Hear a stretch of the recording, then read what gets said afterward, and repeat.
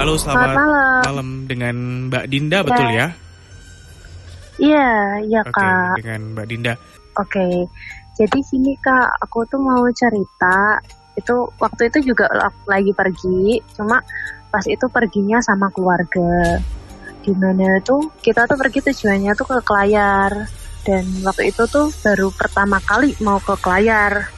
Makanya masih Gmaps dulu kan. Aku berangkat biasa dari Semarang ke Solo, Solo sampai Wonogiri, Wonogiri Pracimantoro, Paranggugito, terus sampai Kelayar.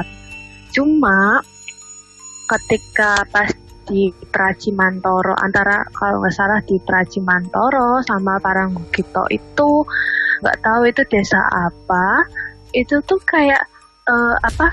Aku tuh ketemu hal-hal yang memang nggak selayaknya aku tahu gitu, aku lihat kayak gitu kan. Di situ tuh waktu perjalanan ada kan, kalau di Gmap itu kalau nggak salah waktu itu masih di apa, Praji, itu kan perempatan tuh yang kalau belok ke kanan itu ke daerah desa-desa gitu, dan jalur utama tuh yang lurus, terus yang ke kiri itu aku nggak tahu itu di mana. Delelahnya yang jalan utama itu tuh ditutup. Itu tuh apa, ada perbaikan jalan katanya warga situ lah. Terus kita kan coba nanya kan sama warga situ, Pak, kalau mau ke Kelayar di mana gitu. Terus warganya bilang sebenarnya lewatnya lurus Bu, cuma karena lurus masih didandani, makanya masih diperbaiki, itu ya apa, nggak bisa lewat situ gitu. Terus habis itu warga tuh nawarin bantuan, tak bantu Bu, itu sampai ke apa, jalan utamanya lagi gitu. Cuma karena aku berbekal GPS waktu itu, ya aku mikirnya udah pakai GPS aja, nggak usah apa, pakai apa namanya, eh, apa, petunjuk jalan dari orang-orang kayak gitu tuh nggak usah gitu loh. Kita sama GPS aja. Dan di GPS itu tuh nunjukin belok ke kanan gitu, belok ke kanan itu tuh apa, rumah-rumah warga gitu. Ya pertamanya awalnya tuh masih desa rumah-rumah warga gitu loh. Habis itu ya udah lewat situ aja, karena emang kalau bayar maksudnya kalau pakai orang itu yang nunjukin jalan itu kan bayar. Daripada bayar, mikirku mending pakai GPS aja gitu. Akhirnya nurutin GPS tuh, nurutin di GPS di jalan yang pedesaan itu. Mulanya sih agak jauh gitu tuh, masih pedesaan. Terus habis itu tuh kayak toang-toang gitu loh, kayak hutan kayak gitu. Dan itu tuh kayak batuan-batuan kars gitu, kayak bukit-bukit kars gitu. Cuma tuh banyak pohon jati, banyak pohon apa namanya, pisang kayak gitu lah. Lurus gitu tuh, pertama tuh kayak ngelihat ada lahan kecil gitu kan, ada mobil-mobil di tengah hutan loh. Itu posisi di tengah hutan, itu tuh ada mobil, dua mobil. Itu kalau nggak salah satu IPV, yang satu tuh kayak juk atau apa gitu, pokoknya mobil keluarga gitu. Aku mikirnya kok mobil keluarga di sini gitu kan, sopo sing meh apa wisata di tengah hutan, meneh peteng-peteng kayak gitu kan, nggak ada yang mau toh. Terus habis itu udah lurus aja, masih pikirannya alah paling wong lupa ndekek wong piye kayak gitu. Tapi itu bener-bener di tengah hutan yang emang nggak ada lampu di situ, jalannya tuh geronjal naik turun gitu loh. Terus habis itu aku ngelihat sekaligus tuh ada apa, orang tanpa kepala itu. Cuma dia berdiri aja sih, nggak yang kayak gimana, cuma ngeliatin gitu. Terus jalan lagi tuh ketemu sama darah yang di jalan. Aku tuh sampai mikir, ini apa bisa ada pembegalan kayak gitu.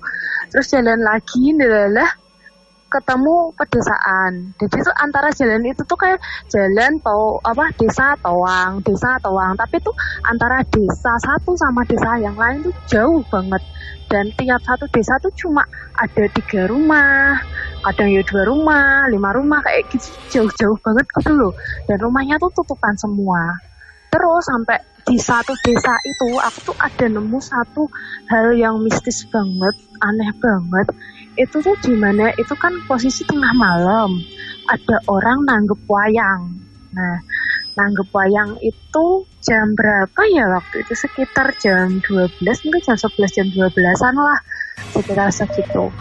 Nah, di situ tuh ya desa agak, itu desanya tuh agak gede. Itu sebelum sampai aku ke tempat pewayangan itu tuh sempat aku ngomong gini, nyeletuk sih, bukan ngomong, nyeletuk gini. Ih, ono wong wayang apa ono wong nanggep wayang nih, mandek sih enak gitu. Terus habis itu tuh kalau nggak salah mbak aku ngomong apa gitu loh. Terus habis itu kan kita lewat tuh di tenda, terus ada orang wayang ngedalang. Aku lihat tuh posisinya tuh itu banyak orang desa itu pakai baju biasa ya, kayak wong desa ndelok wayang gitu loh, wong desa nanggep wayang kayak gitu kan. Ya mikirnya kita tuh masih positif aja gitu kan. Nanggep wayang itu posisi jalan tuh nanjak dan gronjal. Tiba-tiba pas di tanjakan terakhir itu masih deket sama ya sekitar 5 meteran dari orang nanggep wayang tuh tiba-tiba mobil mogok. Dan anehnya gini loh, ket mau ki munggah medun dalan gronjal tuh tak mogok, kok tiba-tiba di sini tuh mogok gitu loh. Aneh kan. Terus habis itu akhirnya kan turun semua tuh yang di dalam mobil, keluargaku turun semua dorong tuh mobil gitu. Waktu itu kita nggak ngeh sih apa itu manusia beneran apa enggak, itu kita nggak ngeh sama sekali gitu kan. Kita dorong, akhirnya alhamdulillahnya jalan. Ya emang apa ya, orang nanggep wayang biasa lah, kita berpikirnya masih positif lah, wong nanggep wayang kayak gitu. Kacak perjalanan kita keluar dari desa itu, terus habis itu kita ketemu hutan lagi. Dan pas di turunan sama naikan, pas kayak di lembah atau gimana itu pokoknya jalannya tuh turun terus naik lah. Pas di turunan itu tuh dengar suara ngisis gitu, suaranya itu cewek ngisis gitu. Nah terus tuh kita tuh ada yang di dalam mobil tuh ada diem semua gitu kan, kesel gitu loh, kayak tegang gitu loh. Terus habis itu kan kita adalah positif aja, terus jalan agak jauh dari suara itu tuh kita baru bisa ngomong, mau krungu ora ono sing ngomong isis ngono kayak gitu. Terus habis itu kita keluar kan dari jalan itu, alhamdulillah dapat jalan yang benar, maksudnya dapat jalan utama yang mau ke Pantai Kelayar tuh. Kita tuh baru ngomong, mana sing mending sih sopo sing krungu gini gitu kan. Dan emang hampir satu mobil itu tuh dengar semua dan itu jelas suaranya gitu loh. Terus habis itu tuh cuma yang nggak dengar gini, adik aku yang pertama cewek, dia tuh posisi itu tidur sama pakai headset ya, dan sumber suaranya tuh malah di sebelahnya dia gitu. Ya habis keluar di jalur utama tadi itu kita tuh sambil ngomongin itu yang ISIS itu, terus tuh kita tuh baru ngeh yang nanggep wayang itu. Nah, nanggep wayang itu tuh gini loh, anehnya habis aku nyoto kayak gitu tuh kayak diberhentiin beneran gitu loh. Kok bisa gitu kan. Terus habis itu tuh nggak ngehnya pas di tanggapan wayang itu, ya namanya orang ngedalang kan dalang biasa ya, tok kayak gitu, mbuh ngomong apa aku juga nggak begitu ngeh itu cerita apa. Ya yang mainin wayang kayak gitu, yuk ada tendanya, yuk ada kayak apa gamelan kayak gitu, ada wayang yang jejer kayak gitu, gede itu beneran, itu tuh banyak orangnya. Cuma anehnya tuh harusnya ya kalau ada orang nanggep wayang atau ora, maksudnya kayak gini lah, wong desa duwe gawe iki mesti paling ora ada orang gibah lah atau ngomong apalah apa muni apalah ya gitu tuh. Ya itu tuh nggak ada omongan sama sekali, dari itu kayak diem semua gitu. Dan posisi di desa itu tuh yang dari awal aku masuk desa itu sampai terakhir aku masuk desa itu, rumah tuh tutupan semua. Ya positifnya aku mungkin pada di nanggep wayang itu gitu loh, warganya di situ. Cuma anehnya ada orang sekarang gini, ada orang pewayangan gitu ya, paling enggak kan sopo lah mboke apa-apa kayak gitu kan mesti kan ngobrol gitu kan, ngobrol berdua apa piye, apa ngomong ke apa nanya kabar apa gimana. Itu tuh nggak ada omongan sama sekali gitu loh. Terus tuh sama aku nggak itu tuh orangnya tuh pada kayang atau gimana tuh aku nggak ngeh, cuma aku lihat itu tuh orang beneran, kayak oh ya kayak orang beneran pakai baju orang desa lah intinya kayak gitu. Cuma tuh juga keanehanku tuh pas aku berhenti waktu tanjakan itu tuh kok biasanya ya kalau orang desa kan nek ono wong susah apa wong ono wong keseripahan gitu kan, maksudnya ada orang lain yang kesusahan di jalan apa di desanya kan ikut bantuin, kayak paling enggak lah nanya apa enggak nengok gitu kan. Itu enggak ada yang nengok, soalnya tuh waktu itu aku tuh dorongnya itu posisi aku ngelihat wayang itu karena aku tuh masih fokus sama dalangnya itu gitu loh. Tapi tuh aku ngerasa kok orang nggak ada yang nengok gitu. Tapi aku nggak ngerti mereka apa, aku ngertinya tuh pokoknya kayak bentuk dari belakang gitu loh. Ya ada yang pakai baju loreng garis kayak gitu, bapak-bapak, ya pokoknya macem-macem lah. Itu tuh kayak warga gitu loh. Cuma anehnya aku tuh posisi di situ kan mobil aku mogok, paling ora pomlingo, popie kayak gitu. Itu tuh enggak sama sekali, dan itu tuh kayak manteng di pewayangan gitu loh. Itu tuh bener wayang apa enggak sih sebenarnya, sampai sekarang tuh masih jadi pertanyaanku, apa itu salah satu ilmu dalang atau gimana kayak gitu. Gitu sih Mas. Itu tuh pas itu ya. Mbak Dinda, gimana? waktu itu kejadiannya kapan ya? Kalau diinget-inget lagi. Kalau tak inget, kalau nggak salah 2014. Itu habis Lebaran. H+2, H+3, pokoknya Juli lah. Juli akhir, pokoknya habis Lebaran Mas itu. H+2 ya, berarti masih Syawal ya kalau bulan. Ya, masih Syawal. Ya masih Syawal. Itu aku sama keluarga aku rencana kan biasanya kalau habis Lebaran kan pada liburan lah. Pas itu ngerti Pantai Klayar tuh bagus, mau ke sana.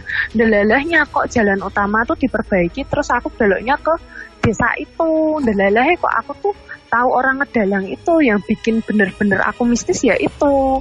Kalau untuk apa namanya koyok suara kayak gitu kan ya biasa wae gitu loh. Cuma ini tuh ngedalang tuh ngedalangin siapa gitu loh. Terus tuh orangnya tuh orang beneran apa enggak gitu loh. Itu waktu itu yang lihat berarti nggak cuma Mbak Dinda ya?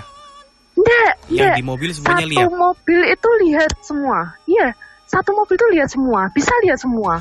Ya ada dalang, cuma anehnya kita semua itu kok nggak ada apa ya omongan. Maksudnya kan sesama tetangga kan ngobrol popi, walaupun ada acara sekarang gini lah, kalau di Semarang ya ada ngedalang kayak gitu kan mesti ada omongan rakyat ngetuk apa kan mesti kita dengar gitu kan. Itu nggak ada. Itu tuh aku tuh ngelewatin itu kan jalannya kan ya semobil lebar dikit lah. Itu tuh aku ngeliatin bener-bener orangnya tuh pada berdiri di seberang sama di apa namanya teratak nek bosone sini tuh terataknya situ itu tuh penuh orangnya, penuh sumpah. Mbak Dinda itu jarak dari Mbak sama ke wayang atau ke penonton paling deket itu berarti berapa meter kira-kira Mbak? Kalau lewat kan ya lewat biasa. Kalau pas berhenti itu sekitar 5 meteran lah Mas. Kurang lebihnya 5 meter lah pokoknya. 5 meter dan mereka nggak ada yang ngebantu ya? Itu yang jadi poin anehnya di situ ya? Nggak ada. Enggak, bukan ya mungkin mereka juga pikirnya kan mereka takut gitu kan. Cuma melinguk, bahasanya melinguk piye ya, apa deleng piye itu nengok gitu loh. Karena nengok itu nggak ada. Sama sekali nggak ada loh. Berarti mereka nggak ngasih lihat mukanya ke enggak. Mbak? Enggak.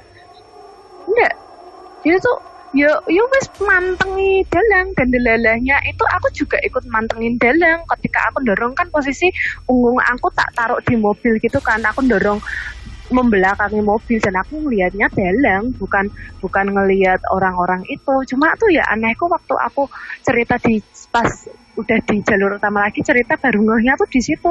Ya kok mosok wong desa iso kok ngono kan nggak mungkin banget gitu loh. Terus meneh mosok ya ora ono omong-omong kan lagu. Dan itu tuh cuma suara dengar tuh orang dalang kayak ketok-ketok yang kotaan itu loh Mas. Itu nggak tahu itu namanya apa, tok-tok-tok gitu. Terus habis itu dalangnya tuh cerita lagi kayak gitu tok. Itu suaranya itu tok. Suara gamelan, suara sinden gitu nggak ada? nggak ada.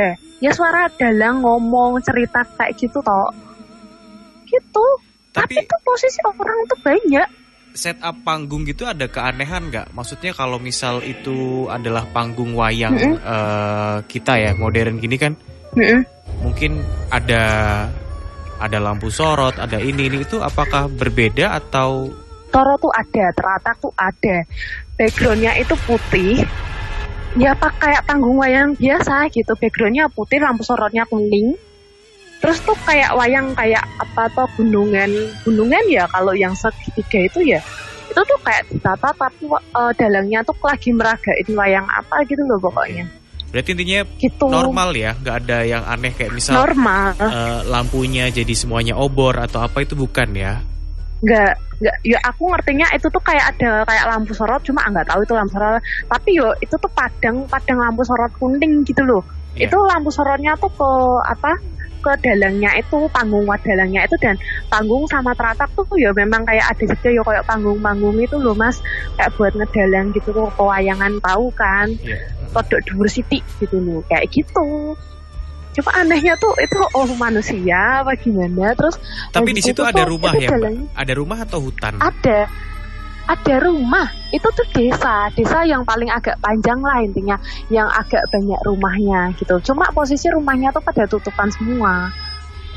Tapi jalan menuju desa itu penerangan bagus. Waktu itu bagus, ada lampu-lampu, ya bukan lampu tepok sih, lampu putih yang kayak di jalan-jalan kayak di kampung-kampung gitu tuh ada. Jam berapa Cuma sih Mbak waktu itu? Itu malam deh Mas, kalau nggak jam 12, jam 1, sekitar jam segitulah. Soalnya aku sampai ke layar tuh jam 3 pagi. Itu ya mungkin jam 12-an lebihan. Soalnya itu daerahnya udah deket sama jalur utamanya ke layar. Gitu. Ya itu Ingat sih nggak itu cerita namanya daerah apa? Nggak, itu nggak ada nggak ada desa apa, nggak ada Mas. Nggak ada namanya desa apa, nggak ada. Dan di Gmap pun itu nggak ada tulisan desa apa kayak gitu. Cuma ya ada jalannya, cuma nggak ada tulisan. Ya, itu alternatif ya. Jadi tuh yang ngikutin aja Gmaps kayak gitu. Oke, menarik. Langsung ke Mas Febri kali ya, Mas Feb. Lihat.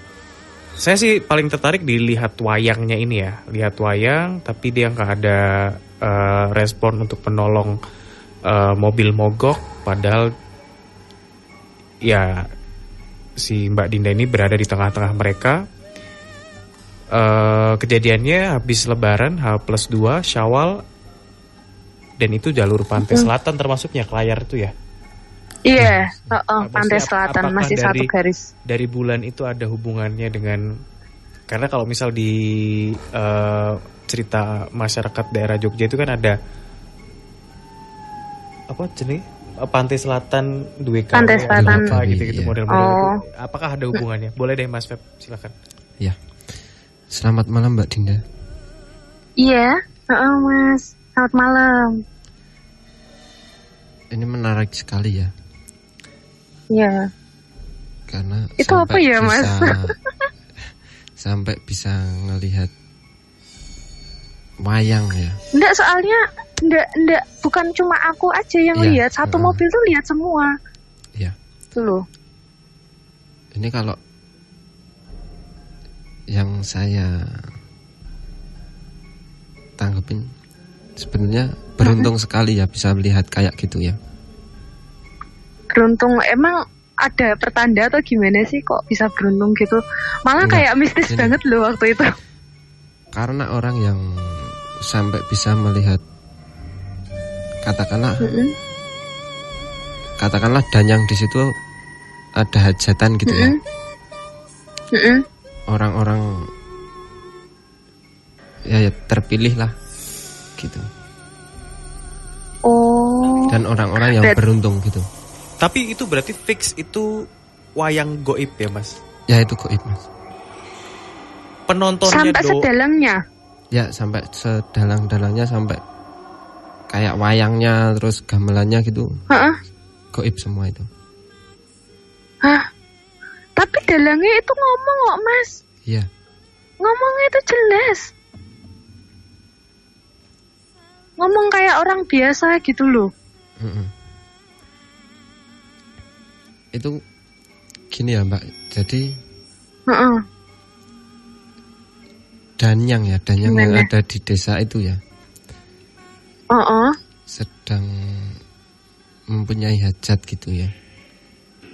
Oh. Dan di daerah situ ya, mungkin di daerah situ mungkin cerita tersebut sudah nggak asing lagi ya Mas. Oh, aku soalnya baru pertama kali Mas lewat situ, dan itu tuh jalur alternatif gitu loh. Tapi kalau desanya itu desa bener ya, emang desa ya, bukan desa gaib. Ya ada sebuah desa itu Mas. Ya maksudnya desa itu emang bener, ada manusianya ya. Ya. Oke. Kalau Mbak Dinda tadi sempat ngelihat wajahnya yang orang-orang tersebut ya. Itu wajahnya itu ya seperti manusia tapi pucat Mas. Oh, aku nggak sempet lihat. Aku ngelihatnya tuh kayak ke belakang, di belakangnya mereka gitu loh. Iya. Ya cuma rambut terus baju kayak gitu tok gitu loh Mas. Cuma aku nggak ngerti bawahnya tuh napak apa enggak tuh, aku nggak tahu gitu loh. Itu wajahnya. Ya wajahnya wajah pucat gitu. Ya kalau wajahnya bentuk-bentuknya seperti manusia. Oke. Ini kayak penunggu situ ya Mas. Soalnya tuh setelah aku pergi dari situ +1 gitu kan udah di rumah, itu kan mama aku sempat cerita sama temennya. Itu tuh katanya memang desa yang di situ, desa sama hutan di situ tuh memang kayak tempatnya begal-begal gitu loh. Apa orang-orang di situ tuh yang nonton itu tuh termasuk korban begal di situ juga ya, sama yang mobil gitu. Enggak. Bisa jadi enggak sih? Kalau yang nonton wayang itu di situ ada satu perkampungan gaib ya. Hah? Sebelah mana nih Mas? Ya pokoknya adalah di daerah situ ada perkampungan gaib. Terus kalau yang korban dari begal itu, yang pertama kali Mbak Dinda lihat yang nggak ada kepalanya itu. Oh, Itu salah satu korban begal. Oh, itu korban ya. Iya. Tapi itu jarak dari Mbak Dinda, jarak dari Mbak Dinda lihat darah sama orang tanpa kepala itu sama wayang sejauh apa atau sedekat apa? Kalau dari mobil terus orang tanpa kepala sama darah itu deket-deket sih. Ya paling ada sekitar 10 meteran gitu. Enggak terlalu jauh, tapi antara darah ke wayang itu tuh jauh banget gitu loh Mas. Oke, berarti mungkin gitu. udah beda desa kali ya. Tapi kalau mobil itu mobil nyata atau mobil apa Mas? Katanya mobil beneran. Ya, mobil beneran gitu. Mobil beneran ya. Berarti bukan gaib ya. Mobil beneran. Tapi kenapa parkir di hutan? Rest area kah? Bukan kan? Bukan rest area. Jadi itu kayak tanah kecil gitu kan. Itu tuh mobil tuh pada parkir di situ. Kan aneh ya, masa orang mau sih mobil bagus kayak gitu diparkir di tengah hutan yang nggak ada lampunya sama sekali, nggak ada desa, nggak ada rumah gitu loh. Dan itu tuh sampai 2-3 kalian kalau nggak salah aku ngelihat mobil kayak gitu tuh deret-deret sebelum wayang jauh malahan. Mobil-mobil dulu, orang kepala buntung dulu, terus habis itu darah dulu, baru aku ketemu wayang. Udah terakhir tuh aku ketemu wayang itu. Mbak Dinda, darah sama suara Yesus itu. Darah sama orang tanpa kepala itu beda?